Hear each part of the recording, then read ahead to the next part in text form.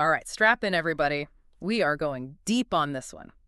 This document, Zisuz Labs, Amazon draft.pdf. It's, well, you sent it in, so you know. It's not your typical research paper. Reads more like a thriller, you know? Oh, yeah. We've got scientists, conspiracies, and, oh, yeah, zombies.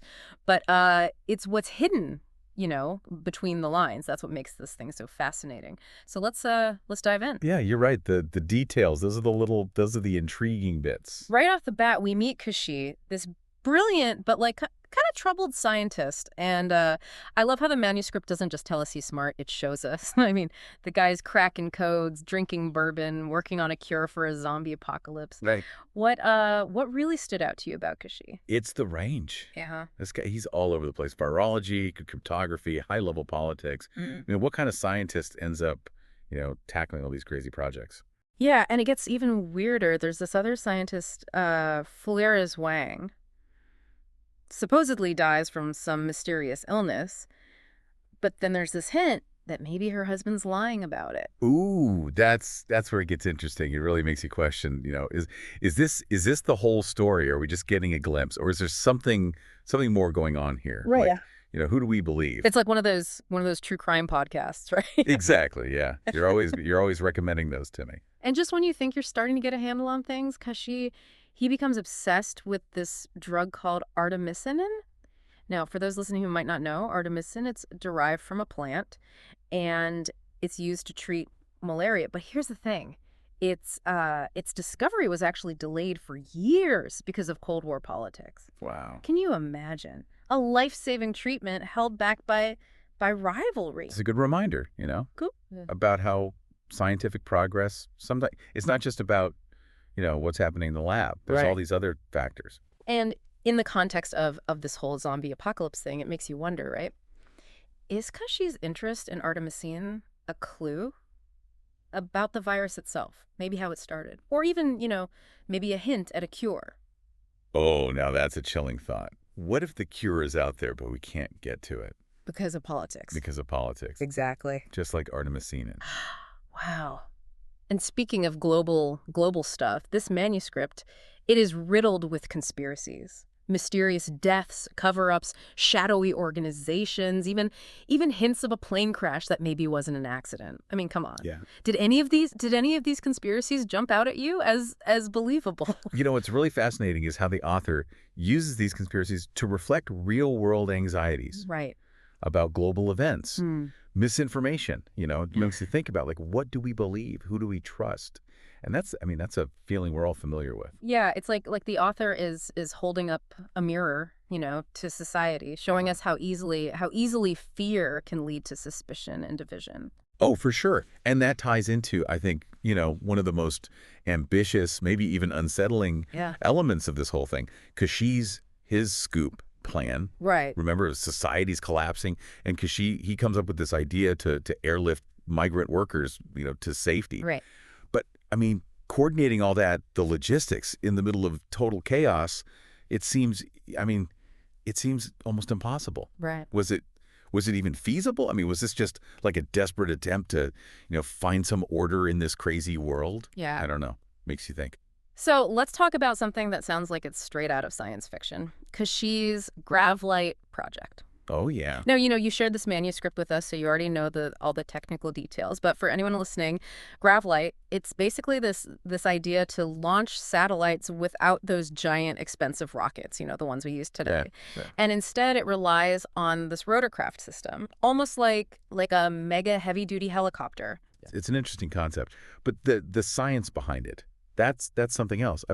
Launching and controlling something like that in the upper atmosphere, achieving orbit without, traditional rockets, it's a huge challenge, even with everything we know now.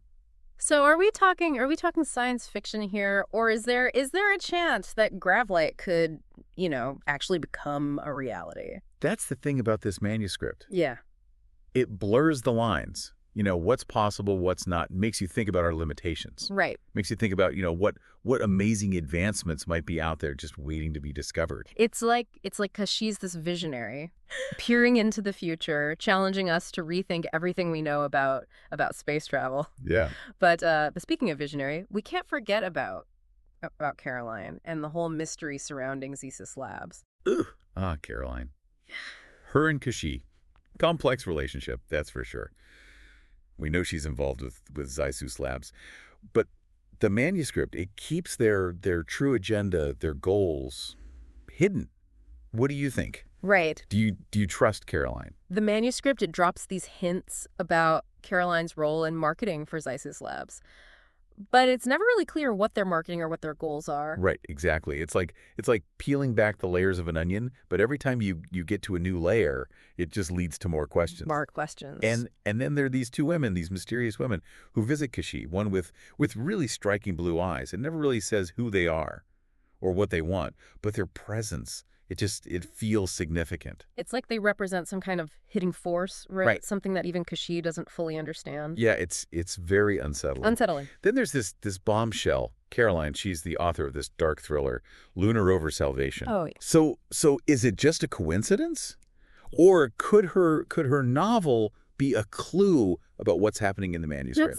It's like the author is giving us a peek behind the curtain, but just a peek. Just a peek. And then Caroline just casually mentions, oh, by the way, the senator, he's patient zero. Whoa. I mean, come on. Talk about a game changer. It changes everything. It makes you rethink the entire outbreak. Yeah, is the senator spreading the virus on purpose?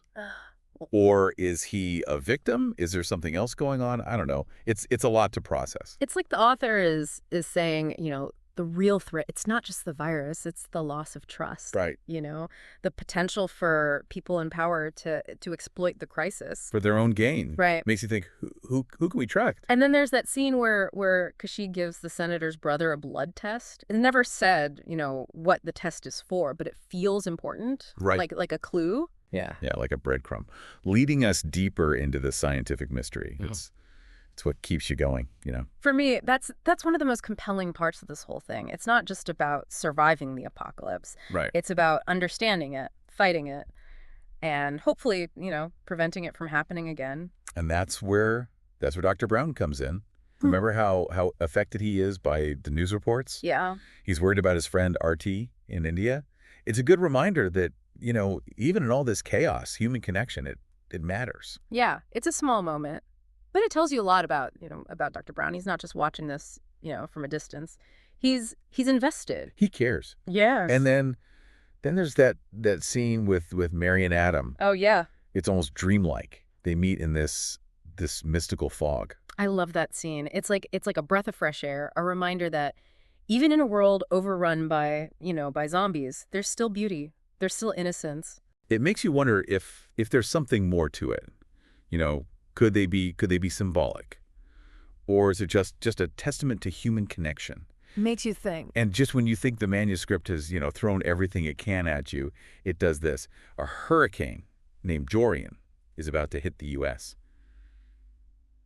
And the president, in a moment of, complete madness, suggests nuking it. Nuking a hurricane. Nuking a hurricane. I'm no scientist, but even I know that's a terrible idea. It's comical, but it's also terrifying. Yeah. Power without wisdom, it's dangerous.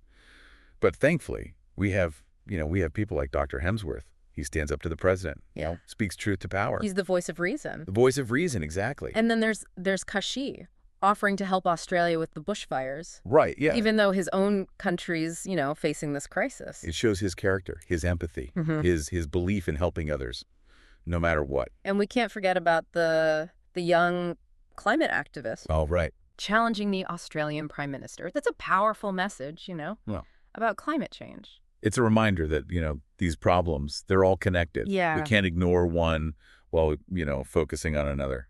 So zombies, conspiracies, a potential cure, a hurricane, social commentary, and a climate activist. What else could this manuscript possibly throw at us? Right. I don't know.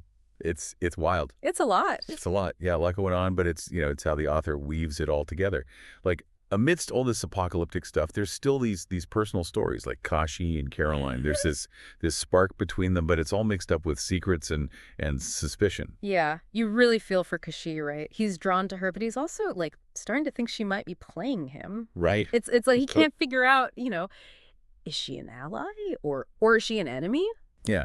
And those suspicions, they come to a head when Kasheeh confronts Ms. Kelly, the journalist who exposed the slaughterhouse conditions. He accuses her of having an affair with the senator and unknowingly spreading the virus. Wow. Talk about a tense moment. It's heavy stuff. It makes you think about, like, the power of accusations, especially in a world that's falling apart. Yeah. It shows how fragile truth is, Right. how easily it can get twisted. And then there's this classic detective moment where Kasheeh, he's examining this botanical sample, seems pretty ordinary, right? And bam, he finds a clue about the virus. It's like those moments in, crime shows Yeah. where they find that one tiny piece of It evidence. changes everything. Exactly. But then things get really dark. We find out that the deaths of those scientists, including Flueres Wang, they might have been staged. Yeah. I mean, It's a total shocker. makes you wonder, who are we supposed to believe? Right. Are they trying to protect these scientists? Or is there something bigger going on? And just when you think things can't get any worse, Cumberbatch, the intelligence guy, he's killed brutally while he's searching for clues in Australia. It's a reminder that, in this world, nowhere is safe. Yeah, nowhere. And Kasheeh, I mean, he's dealing with his own demons. Right. Remember that scene where he's like having a breakdown, questioning his own sanity? Yeah, the guy's under immense pressure. But it's like the apocalypse. It's not just a physical threat. It's messing with his mind. Right, it's a psychological thing, too. And then, bam, the manuscript hits us with another twist. Kasheeh realizes the true patient zero, they're closer than he thought. And that's it. The story just ends. It's frustrating, but it's also brilliant. Yeah. It leaves you wanting more. So much more. It makes you think about all the possibilities. Right. What happened? Who is it? Some mysteries, maybe they're just better left unsolved. So, after all this, I mean, what are we left with? A world destroyed by zombies, conspiracies everywhere, characters fighting for their lives, both physically and mentally. It's more than just a zombie story. All right. It's about us. It's about what makes us human, what we're capable of, the good and the bad. It makes you think, what would you do in a world like that? Would you survive? Who would you become? And through it all, there's still this glimmer of hope. Right. The human spirit, it finds a way. Connection, compassion, even in the darkest of times. It's amazing how the manuscript, with all the chaos and zombies, it still manages to tell these personal stories. Like Kasheeh and Caroline, there's definitely something there. Yeah. But it's all tangled up in secrets and lies. Yeah. It's tough, right? He's drawn to her, but he's also starting to think she might be, using him. Yeah, for sure. And those suspicions, they really come to a head when Kasheeh confronts Mrs. Kelly, the journalist who exposed the awful conditions in those slaughterhouses. He accuses her of having an affair with the senator and of, unknowingly spreading the virus. Whoa.